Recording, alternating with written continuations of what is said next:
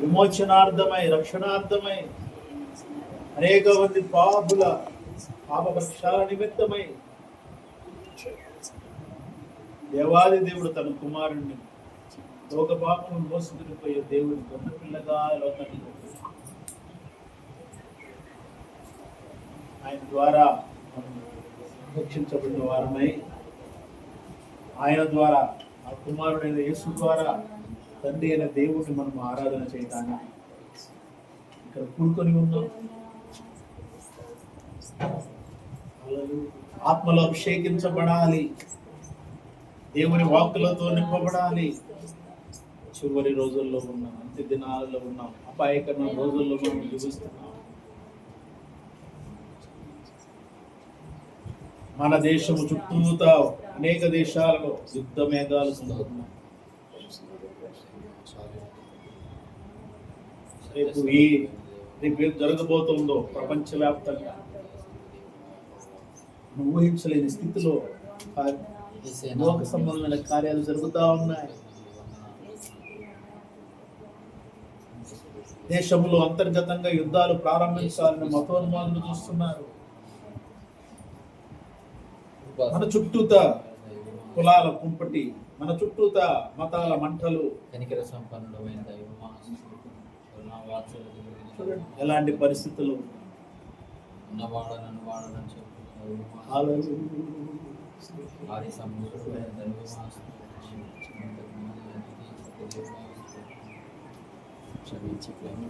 అలాంటి పరిస్థితుల్లో జీవిస్తున్న మనము దేవునికి దగ్గర అవ్వాలి, దేవుని ఆత్మతో అభిషేకించబడాలి,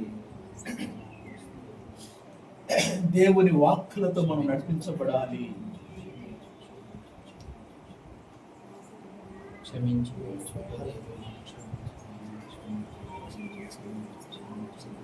చాలా జాగ్రత్తగా వివేచనతో ఉండాలి. వివేచన కావాలి. మనకు ఏం జరుగుతుంది, మనం ఎలా మాట్లాడుతున్నాం, మనం ఎలా అడుగులు వేస్తున్నాం, మనం దేవుని సన్నిధిలో ఎలా ఉన్నాం, వివేచన కావాలి. దేవుని మీద ప్రేమ, దేవుని వాక్యం మీద శ్రద్ధ మనకుంటే దేవుడు మనల్ని పరలోక సంబంధమైన విషయాల్లో అనేకమైన తెలుసుకున్నట్లుగా, ఈ లోక సంబంధమైన విషయాలను వివేచించినట్లుగా దేవుడు తన కృపను మనకు చూపిస్తాడు.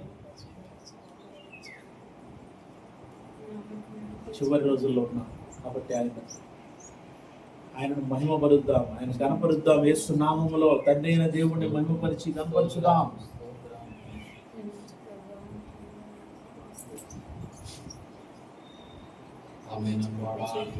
ఆయన నామాన్ని దినదినము విరివిగా ఎక్కువగా ఆరాధన చేయాలి. ఆయన నామాన్ని ఎక్కువగా మనం స్తుతించాలి, ఆయన నామాన్ని ఎక్కువగా గణపరచాలి.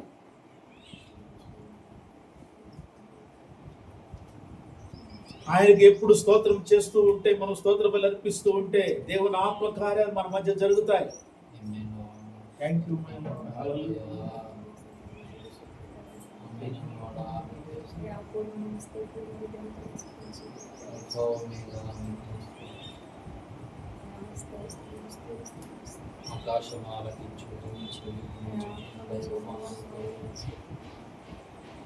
Praise the Lord. Hallelujah, hallelujah, hallelujah. యెహోవాను నామోహించిన వాడా, రెండు చేతుల ఆకాశం చూపుతూ స్తోత్రాలు చెల్లించుదాం దేవునికి.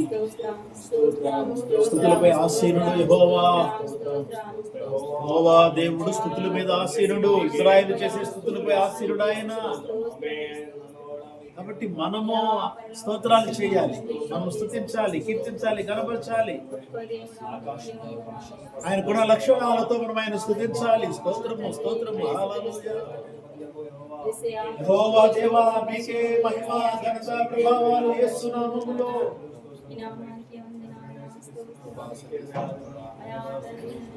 మమ్మల్ని సృష్టించిన వాడా యెహోవా దేవా, స్తోత్రం. యేసు నామములో స్తోత్రము, స్తోత్రము, స్తోత్రము.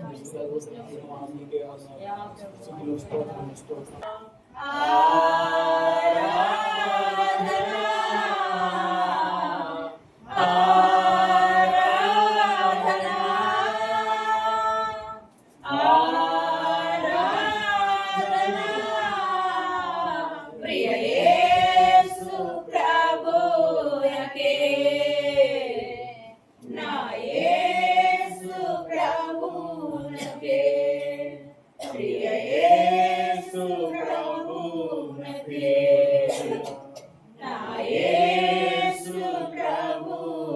महिमा नीके प्रभु, घनता नीके प्रभु,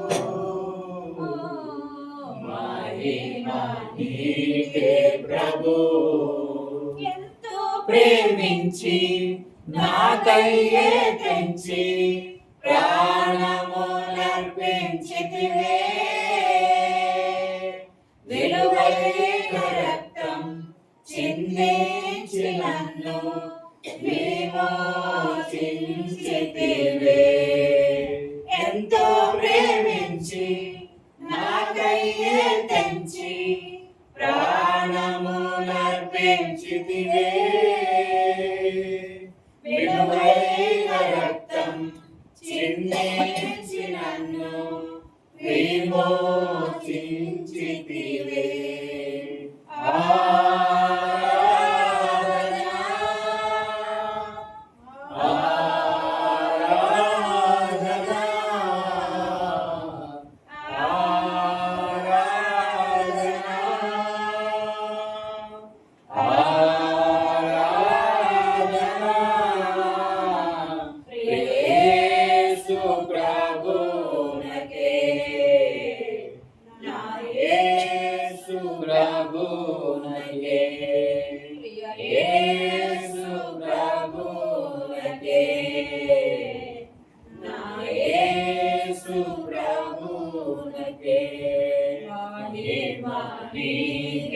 प्रभु, घनता नीके प्रभु,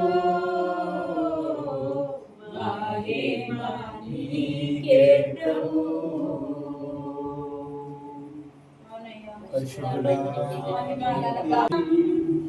ఎప్పుడెక్కడా దొరకని ఆనందం, ఎన్నాడెన్నాడు లేని ఆనందం, ఎప్పుడెక్కడా దొరకని ఆనందం, యేసులోనే నే పొందుకున్నాను, నా యేసులోనే నే పొందుకున్నాను, అందుకే ఆరాధింతును,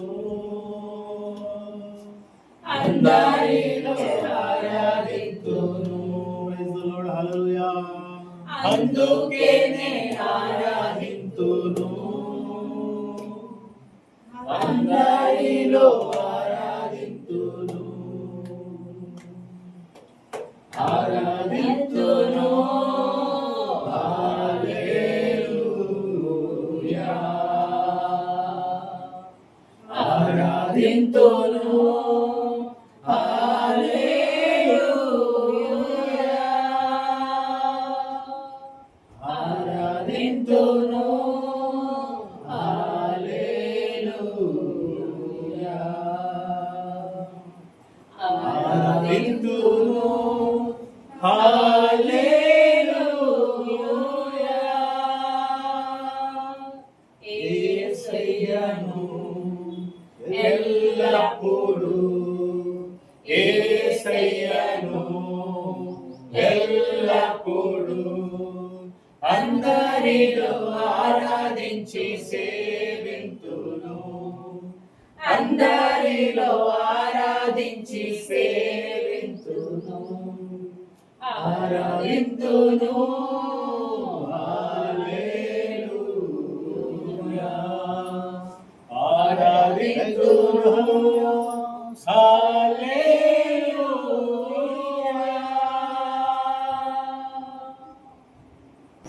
నా ప్రాణమా, నా అంతరంగమా,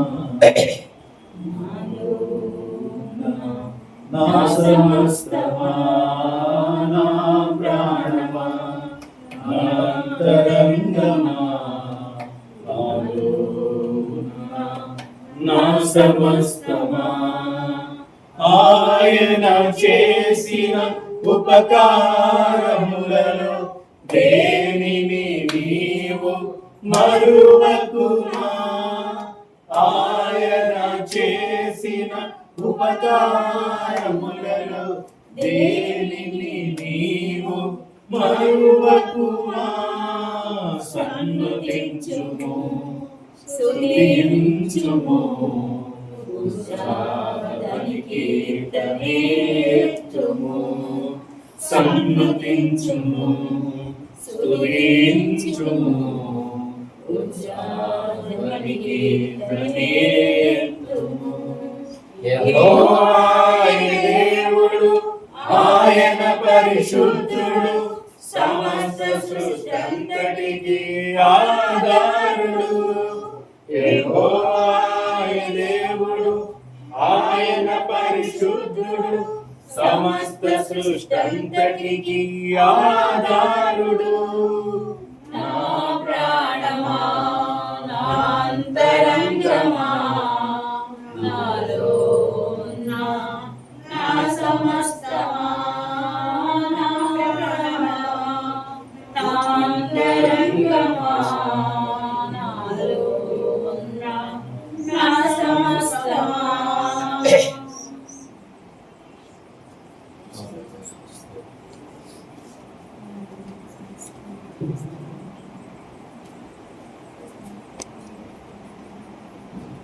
పరిశుద్ధ దేవుడా నీ పాదములకు వందనాలయ్యా. ప్రార్థన చేద్దాం. మహాగణుడా మహోన్నతుడా ప్రభుగల తండ్రి సహాయకుడా నజరుడి నేస్తున్నాము మీకు స్తుతులు స్తోత్రములు వందనాలు కృతజ్ఞతాస్తుతులు చెల్లిస్తున్నాం తండ్రి. గడిచిన రోజుల నుంచి ఈరోజు మీ కృప పదవికి సహాయపడు ఈ ఆదివారం ఆరాధనలో మేము నిలబెట్టిన వందనాలు సహాయకుడా మీకు స్తోత్రం. Thank you. పిడుగుల అందరికీ మీ ఆహ్వానించండి, మీ వాకులకు వీళ్ళు ఆశీర్వదించండి, అభిషేకించండి. కీర్తన భాగం తండ్రి చదువుతుండగా ధ్యానం చేస్తుండగా అందులోని మాటలతో ప్రభావ మేము అడుగులు వేయినట్లుగా మాకు సహాయం చేస్తున్నాము. మేము తెచ్చుకున్నాం కావలసిన తోడ్పడి నడిపించుకున్నాము. మేము తెచ్చుకున్నాం. యేసునామములో ప్రార్థిస్తున్నాం ప్రభావ తండ్రి. Praise the Lord. Praise the Lord. Hallelujah. యెహోవా ఘనమైన నామమునకి నీతి స్వరూపుడైన యెహోవా ఘనమైన నామమునకి మహిమ కలుగును గాక. దేవునికి స్తోత్రములు.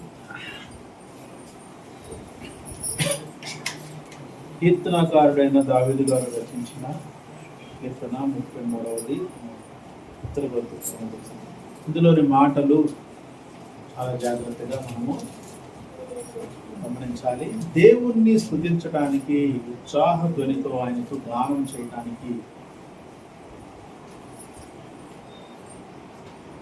దేవుడు మనల్ని ఏం కోరుకుంటున్నాడో అందులో మాటలను బట్టి మనము అది చేయటానికి త్వరపడాలి. అంటే అలాంటి మనసుతో మనం ఉండాలి కదా. దేవుణ్ణి పాడేలా ఉండాలి. ఆయన పాడటానికి మనము ఎలా పాడాలంటే ఆయనకి ఏముంటున్నాడు ఇక్కడ ఉత్సాహధ్వని చేయాలి. ఉత్సాహధ్వని అది కూడా వాయిద్యములు ఇంపుగా వాయించు. వాద్యములు ఎలా వాయించాలి? ఇంపుగా. ఎలా పడితే అలాగా, రాగం లేకుండా తాళం లేకుండా. అలా దేవునికి పాడటం కాదు. అంటే అలా చెప్పి మరి మాకు రాదు, రాని వాళ్ళ గురించి కాదు, ఆడగలిగిన వాళ్ళ గురించి. ఆడగలిగిన వాళ్ళు కూడా ఇంట్రెస్ట్ లేకుండా పాడేస్తారు. అంటే పాడాలి కాబట్టి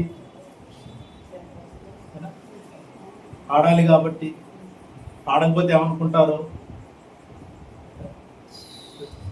ఏమి లేదు, ఊరేమనుకోరు. మనం నేర్చుకొని పాడటమే.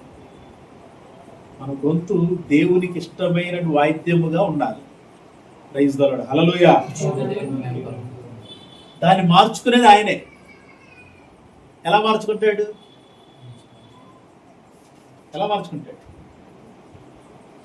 ఆయన ఈ గొంతును తన వాయిద్యంగా ఎలా మార్చుకుంటాడు?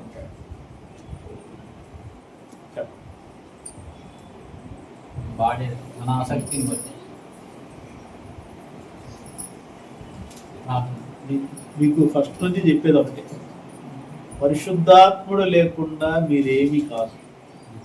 పాడలేరు, మాట్లాడలేరు. ఆసక్తి కాదు, నువ్వు పరిశుద్ధాత్మతో నింపబడాలి.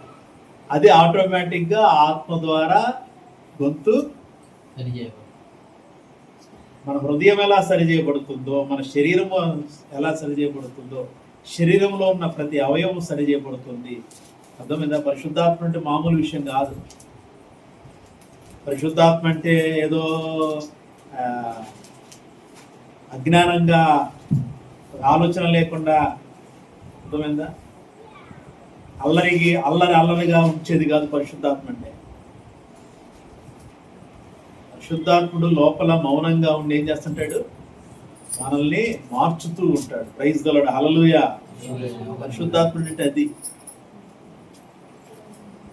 పరిశుద్ధాత్ముడు అంటే ఎగిరి గంతెలేయటాలు, అది బలమే ఉంది. అంటే తట్టుకోలేనంత ఆత్మాభిషేకం ఉంటే ఓకే, అది జరగచ్చు, అది వేరే. అందులో కొన్ని ఉంటాయి, అన్నిటిని మనము విమర్శ చేయకూడదు. పరిశుద్ధాత్మ విషయం మనకు అపోస్తలుల కార్యములు 2వ అధ్యాయంలో ఏదైతే ఉందో దాని ప్రకారంగా మనం ఆలోచన చేస్తే కాదంటే, మనం వేరే మన సొంత ఆలోచనలు అక్కర్లేదు. అయితే ఎప్పుడు అదే కాదు. పరిశుద్ధాత్మతో ఆ రోజు వాళ్ళు నింపబడ్డారు, వాళ్ళకేం అర్థం కాదు. చూసేవాళ్ళందరూ అనుకున్నారు బాగా తాగారు, మత్తులై ఉన్నారు. అంటే పరిశుద్ధాత్మతో నింపబడిన వాడు ఏమయ్యాడు? తాగిన వాడిలాగా తయారయ్యాడు. అర్థమైందా? తాగిన వాడు ఎలా ఉంటాడు? బాగా తాగినాడు ఎట్టుంటాడు? వాడు ఎటు నడుస్తున్నాడో తెలియదు, ఎటు పోతున్నాడో తెలియదు, ఏం చేస్తున్నాడో తెలియదు, ఒంటి మీద బట్ట ఉందో లేదో తెలియదు. అర్థమైందా? మరి కొంతమంది విమర్శిస్తూ ఉంటారు. పరిశుద్ధాత్మ వచ్చినప్పుడు, బాగా లీనమైపోయినప్పుడు ఒంటి మీద బట్ట ఉందో లేదో చూసుకునే ఉంటుందా? ఆ సోయి ఉంటుందా? ఉండదు. అందుకనే వీళ్ళు పొద్దున్నే బాగా మత్తులై ఉన్నారు అనుకున్నారు అక్కడ చూసిన వాళ్ళు. అక్కడ ఆడవాళ్ళు కానీ మగవాళ్ళు కానీ వేసుకున్న బట్టలు వేరు, మనం ఇక్కడ వేసుకునే బట్టలు వేరు. అక్కడ వాళ్ళు నిండా ఉండేటటువంటి ఒకే కుట్టుతో నేయబడినటువంటి వస్త్రాలు వాడతారు, ఆడవాళ్ళైనా మగవాళ్ళు. ఇక్కడ మనం చీరలు వాడతారు ఆడవాళ్ళు. అందుకనే చూసే వాళ్ళకి వీళ్ళు పరిశుద్ధాత్మతో వాళ్ళు ఎగురుతున్నాడు అని చెప్పి వాడు ఏం చూస్తాడంటే ఆడవాళ్ళు ఎలా ఉన్నారో చూస్తాడు. పరిశుద్ధాత్మ అభిషేకం చూడట్లా. అర్థమైందా? వాళ్ళు కొంగి ఎటు పోయింది, వాళ్ళు ఎటు పడుతున్నారు ఏంటి. అక్కడ ఇజ్రాయేలులో యెరూషలేము పట్టణంలో ఆ మేడగది మీద ఇంచుమించు 120 మంది శిష్యుల్లో ఆడవాళ్ళందరూ చాలా మంది ఉన్నారు. ఈవెన్ యేసుక్రీస్తు వారి తల్లి కూడా వాళ్ళందరూ మత్తులైనట్టుగా ఉన్నారు. అర్థమైందా? సో అక్కడ వాళ్ళు వేసుకున్న వస్త్రాలు వేరు కాబట్టి అక్కడ వాళ్ళు మత్తులు అటు ఇటు ఊగుతున్నట్టే కనపడింది. ఇక్కడ వీళ్ళు పిచ్చి పట్టి ఎగురుతున్నారు అనుకుంటారు, వీళ్ళకి ఏం తెలియట్లేదు అనుకుంటారు చూసేవాళ్ళు. పక్కన పెడదాం. కాబట్టి పరిశుద్ధాత్ముడు వచ్చినప్పుడు ఏం చేస్తాడు? మనల్ని ఏం చేస్తాడు? సరే, అది పనేది. పరిశుద్ధాత్ముడు పనే అది. సరవ్వాలి అని ఆసక్తి మీకు ఉండాలి. అది ఆసక్తి ఎక్కడ కావాలి? ఆసక్తి ఏ విషయంలో కావాలి? నేను సరవ్వాలి అనే ఆసక్తి నీలో ఉండాలి. నాకు పరిశుద్ధాత్ముడు కావాలి అనే ఆసక్తి నీలో ఉండాలి. నేను పరిశుద్ధాత్మతో నింపబడాలని ఆసక్తి ఉండాలి. పరిశుద్ధాత్మతో నింపబడి ఆసక్తి నీలో ఉంటే నువ్వు పాడతావు. అసలు నీకు తెలియకుండానే నువ్వు అనేకమైన కొత్త పాటలు పాడతావు. ఎవరో పాడిన పాటలు అదే ఎవరో కాదు, మామూలు చెప్తున్నా. ఎవరో పాడియే కాదు, మనం కూడా కొత్త పాటలు పాడతాం. నూతన కీర్తన పాడుడి అన్నాడు. అవునా? ఇంపుగా నూతన కీర్తన పాడండి, యెహోవాను స్తుతించండి. ఏంటి స్తుతించడం అంటే? ఏమంటున్నాడు ఇక్కడ కీర్తనగారుడు? ఏమంటున్నాడు? స్తుతి చేయుడు యథార్థవంతులకు శోభస్కరం. పరిశుద్ధాత్ముడు మనలో ఏం చేస్తాడు తెలుసా? ఈ మాటల్ని ఒక మంచి పాటగా ట్యూన్ చేస్తాడు మనలో ఉండి. ప్రైజ్ ది లార్డ్, హల్లెలూయా. అర్థమవుతుందా? పరిశుద్ధాత్ముడు మనలో ఉండి ఈ మాటలు ఏం చేస్తాడు? కొత్త ట్యూన్ ఇస్తాడు. అది ఎక్కడి నుంచైనా ప్రారంభించు. స్తుతి చేయడం యథార్థవంతులకు శోభస్కరం. తర్వాత సితారతో యెహోవాను స్తుతించుడి, 10 తంతుల స్వరమండలంతో ఆయన కీర్తించుడి. పాట ఎప్పుడు రాశా అదే ఏ మాటల్ని ఒక ట్యూన్ కట్టి పాడుకున్నా. దాదాపుగా 15 ఏళ్ళు.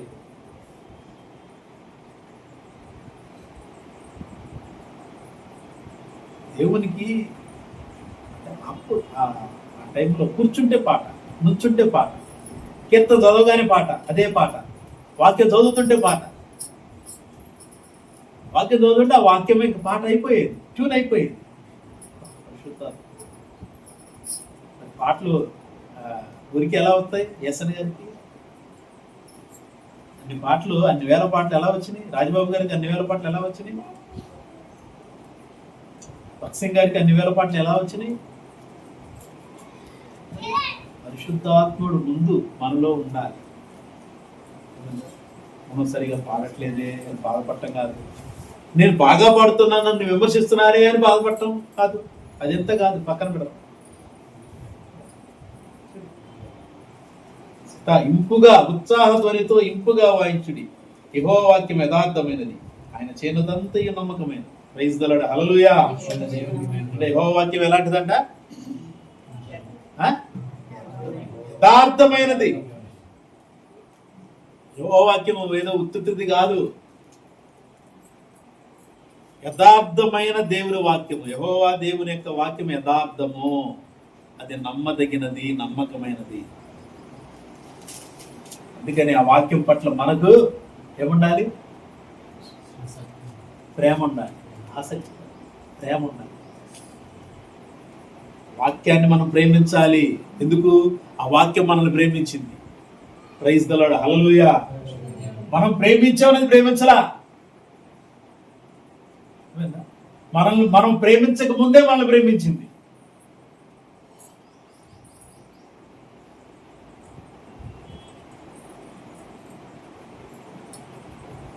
అందుకని అంటాడు పౌలు గారు, జగత్తు పునాది వేయబడక మునిపే క్రీస్తు ప్రేమలో. జగత్తు పునాది వేయబడక మునిపే, జగత్తుకు పునాది వేయబడలా. ఆదాము తయారవ్వలా. ఆదాము తయారవ్వక ముందే దేవుడు మనల్ని ఏర్పాటు చేసుకున్నాడు. అర్థమైందా? ఈరోజు ఇక్కడ నువ్వు కూర్చున్నావనంటే ఎప్పుడు ఏర్పాటిది? జగత్తు పునాది వేయబడక మునిపే ఏర్పాటు చేసుకున్నాడు. కాబట్టి దేవుడు నువ్వు ఇక్కడ ఉన్నావు. నువ్వు ఇక్కడున్న నువ్వు ఎక్కడికి రావాలి? ఇక్కడ నువ్వు ఎక్కడికి వెళ్ళాలి? మళ్ళీ దేవుని రాజ్యానికి వెళ్ళాలి. అందుకనే ఇక్కడే ఉండి చీకట్లో ఉంటున్నా, ఇక్కడికి వచ్చి చీకట్లో ఉన్నా ఆయన ఏం చేస్తున్నాడు? రోజు తన ఆశ్చర్యకరమైన వెలుగులోనికి రమ్మంటా ఉన్నాడు. అందుకని ఆశ్చర్యకరమైన వెలుగులోకి పిలిచి ఏం చేశాడు? రాజులైన యాజక సమూహముగా కదా, దేవుని సొత్తైన ప్రజలుగా, పరిశుద్ధ జన్మగా ఏర్పాటు చేసుకున్నాడు. ఎందుకు? ఆయన గుణాతిశయాలను మనము ప్రచురణ చేయటం. క్రైస్తవులమే కానీ పాపాన్ని చూపించే వారి మీద ఉండకూడదే.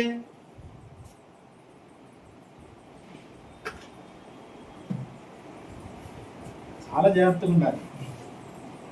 క్రిస్టియానిటీ అంటే ఆషామాషి అయిపోయింది. మాట్లాడేవాళ్ళు కూడా అలాగే మాట్లాడుతున్నారు.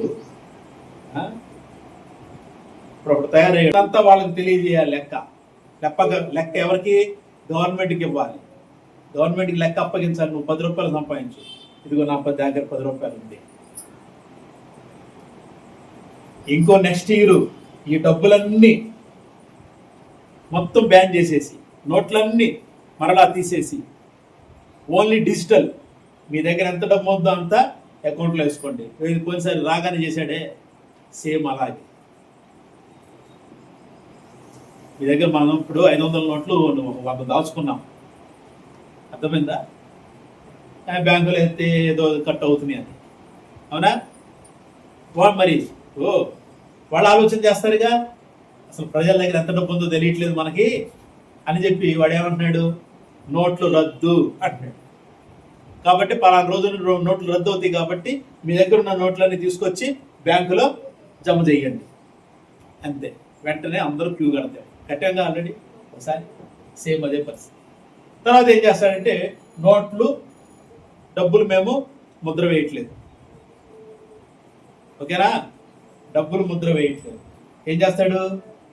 Only digital online transactions only అంటాడు.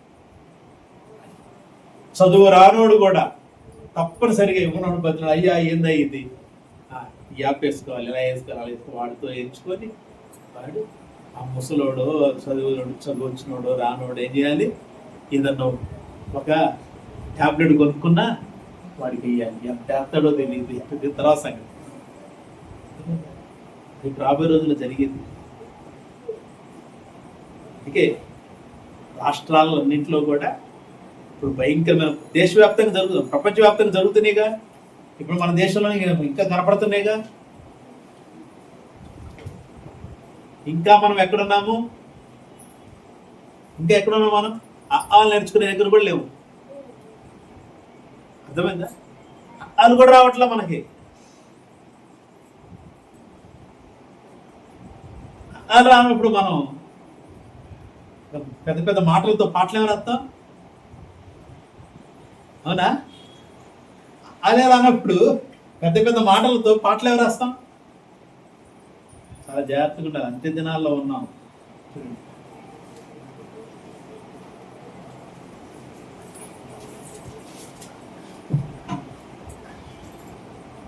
పంతొమ్మిది వచ్చిన 18-19. వారి ప్రాణమును మరణం నుండి తప్పించుటకును, కరువులో వారిని సజీవులుగా కాపాడుటకును. గుర్తుపెట్టుకోండి మాటలు. యెహోవా దృష్టి ఆయన యందు భయభక్తుల వారి మీదను, ఆయన కృప కొరకు కనిపెట్టు వారి మీద నిలుచుచున్నది. అర్థమైందా? రేపు రాబోయే రోజుల్లో జరిగే పరిస్థితులు ఇవి. అందుకే దేవుడు ఏమంటాడు? ముందుగానే హెచ్చరిస్తున్నాడు. అర్థమైందా? కరువులో సజీవులుగా కాపాడాడు. కరువు వస్తుంది, మనం ఇప్పుడు ఇప్పుడు చావకుండా ఎవరో అందరూ బతికుంటారు, చచ్చిపోవాల్సిందే. కానీ ఆ కరువులో కూడా మనం పోషింపబడాలి కదా బతికినంత కాలం. ఏలియాను పోషించినట్లు మనం పోషించద్దా? అవునా? చెప్పండి, ఆలోచన చేయండి. ఏలియాని దేవుడు పోషించినట్లు మనల్ని పోషించాలా వద్దా? మనల్ని పోషించాలంటే ఏం చేయాలి? ఏలియా లాగా ఉన్నావా, ఆహాబు లాగా ఉన్నావా? మరి ఏలియా లాగా ఉండాలంటే ఏం చేయాలి? నువ్వు కమిట్మెంట్ ఉండాలి, తీర్మానం ఉండాలి. ఏముండాలి? పొద్దున్న నా కొడుకు అడుగుతాడు, అసలు ఇలాగ ఎలా ఉన్నారు భక్సింగ్ గారు, ఎలా ఉన్నారు? ఆయన చనిపోయినప్పుడు ఆకాశం అంతా నల్లగా అయిపోయిందంటే అసలు ఎలా?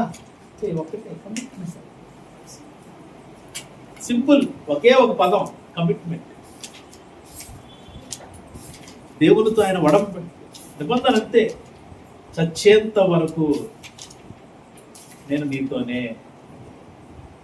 ఆయన లండన్ నుంచి ఇంటికి వెళ్తున్నాడు, దారిలో మారు మనసు పొందాడు. లండన్లో డాక్టర్, ఇంజనీర్ లండన్ నుంచి వెళ్తున్నాడు ఇంటికి. సువార్త చెప్పారు ఎవరో షిప్లో, పెద్ద సేవకుడు ఎవరో సువార్త చెప్పేసరికి ఆయన మారు మనసు పొందాడు. వెంటనే మా ముందు జరగండి, ఇంటికి వెళ్ళి నేను ఇలాగా యేసుక్రీస్తు నమ్ముతున్నానంటే వెంటనే కుటుంబం ఆయన్ని వెలివేసి ఓకే అన్నాడు. అడవిలోకి వెళ్ళిపోయాడు. పంజాబ్ దేశంలో, పంజాబ్ రాష్ట్రంలో ఒక ప్రాంతానికి వెళ్ళిపోయాడు. ప్రార్థన చేసుకున్నాడు, ప్రభువా మరి ఇది నన్ను నా కుటుంబం వెలివేసింది, నేను నిన్ను నమ్మినందుకు ఏం చేయమంటావు చెప్పు, నువ్వు ఎక్కడికి వెళ్ళమంటే అక్కడికి వెళ్తే ఏం చేయాలో చెప్పు, అంతే. వెళ్ళిపో హైదరాబాద్ ఆయనకి వచ్చే. ఆయన ఏ రోజు కూడా వాళ్ళ ముఖం చూసినట్లేదు తెలియదు. ఏది భార్య పిల్లలు వాళ్ళ ముఖాలు చూసినట్లేదు తెలియదు. తర్వాత వచ్చారని విన్నాము, మరి ఎంతవరకు అది మనకు తెలియదు. తర్వాత భార్య పిల్లలు కూడా మారు మనసు పొంది వచ్చారని చెప్పేదో.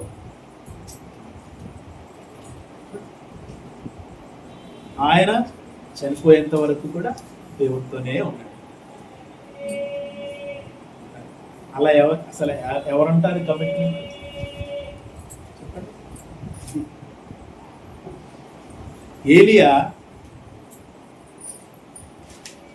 ఏలియా తర్వాత ఎలీషా. ఎలీషా లాంటివాడు మామూలుడు కాదు, గొప్ప ఆస్తిపరుడు ఎలీషా. 12 అరకల ఎడ్లు అంటే 12 జతలు అంటే ఎన్ని? 24 ఎడ్లు. 24 ఎడ్లు ఒకేసారి దున్నుతాయి. అంటే 12 జతలు 12 అరకలు కడతాడు ఒకేసారి, కట్టి పొలాన్ని దున్నుతాడు. వెంటనే కబురు వచ్చింది, ఓకే మొత్తం 24 ఎడ్లను వధించేశాడు. ఊరంతా పండగ చేశాడు. అంతే, తల్లిదండ్రుల దగ్గర చెప్పాడు, అమ్మా బాయ్ ఉంటా, ఇంక నేను ఎప్పటికీ అన్నాడు. వెళ్ళిపోయి ఎవరిని కలిశాడు? ఏలియాని కలిశాడు. ఇంకిద్దరు ప్రయాణం సాగింది. ఏలియా వెళ్ళిపోతున్నాడు. ఆ పని ఎవరికి అప్పగించాలంటే ఎలీషా ఉన్నాడు, పిలువు అన్నాడు దేవుడు. ఎలీషా ఏమో నాకు ఏమొద్దు అని చెప్పి మొత్తాన్ని వదించేసి అందరికి పండగ చేసేసి వచ్చేసాడు. మనం నేను ఇక్కడ సేవ చేస్తానంటే నా కొడుకు చేయాలి, వాడు సేవ చేస్తానంటే వాడు కొడుకు చేయాలి. ఇక్కడ ఇంకంతే. అంటే వారసత్వ సేవ ఏమైంది? రాజకీయాలు, సినిమా, వ్యాపారం అన్ని వారసత్వమే. కొడుకులు లేరా? అల్లుళ్ళు చేయాలి ఇక్కడ సేవ. ఏ చర్చిలో నుంచి ఏ శిష్యుడు లేడా? నీ కంటికి ఎవరు యోగ్యులుగా కనపడలేదా? అంటే వాళ్ళు వినేవారిలాగే ఉండాలి, నీకు ప్రతి నెల 10 భాగాలు ఇచ్చేవారిలాగా ఉండాలి, అంతే. అంతండి. విశ్వాసులు ఇలాగుంటే సేవకులు అలాగే ఉంటారు. అర్థమైందా? అది మీరు వాక్యం చదవరు, వాక్యంలో ఏముందో మీకు తెలియదు, మీరు వ్యక్తిగతంగా ప్రార్థన చేసుకోరు, వ్యక్తిగతంగా దేవునితో సంబంధం ఉండదు, మీరు అలాగే ఉంటారు, వాళ్ళు అంతే చేస్తారు. మీరు ఇక్కడి నుంచి వెళ్ళగానే ఎవరో వాళ్ళు టీవీ పెడతారు, నేను ఇంత సేవ చేస్తున్నా అనగానే ఫోన్ పేనో గూగుల్ పేనో అనగానే గూగుల్ పేనో ఫోన్ పేనో మీకున్న దానిలో కొట్టేస్తారు, అయిపోయి. అంతేగా. కొంతమంది అయితే ఊరు నుంచి వచ్చి మరి కానుకలు ఇచ్చి ఫోటోలు దిగుతారు. పొద్దున్నే ట్రైన్ అంట, మళ్ళీ వెళ్ళేటప్పుడు సాయంత్రం ట్రైన్, ఛార్జీలు. ఏం పరిచర్య జరుగుతుంది, ఏం విశ్వాసులు తయారవుతున్నారు. దేవుని భయమో దేవుడు లేని విశ్వాసులు, క్రీస్తు అంటే ఏంటో తెలియని విశ్వాసులు క్రైస్తవులు.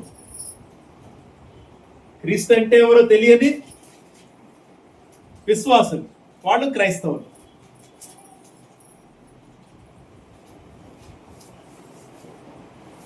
ఇక్కడేమన్నాడు? వారి ప్రాణమును మరణం నుండి తప్పించుటకును కరువులో వారిని సజీవులుగా కాపాడుటకును యెహోవా దృష్టి ఆయన యందు భయభక్తులు గల వారి మీదను. ఎవరి మీద? ఆయన యందు భయభక్తులు గల వారి మీదను. తర్వాత ఆయన కృప కొరకు కనిపెట్టు వారి మీద నిలుచుచున్నది. మనం యెహోవా పరిశుద్ధ నామమందు నమ్మిక ఇచ్చి ఉన్నాము. ఆయనను బట్టి మన హృదయం సంతోషించుచున్నది, మన ప్రాణం యెహోవా కొరకు కనిపెట్టుచున్నది. ఆయనే మనకు సహాయమును మనకు కేడుమునై ఉన్నాడు. యెహోవా, మేము నీ కొరకు కనిపెట్టుచున్నాము, నీ కృప మా మీద నుండునుగాక. Praise the Lord. హల్లెలూయా. ఆయన కొరకు కనిపెట్టేవాళ్ళు అందరూ, ఆయన కృప కొరకు కనిపెట్టేవారు స్తోత్రాలు చెప్పండి. అబ్బా ఎప్పటికి వెలిగింది.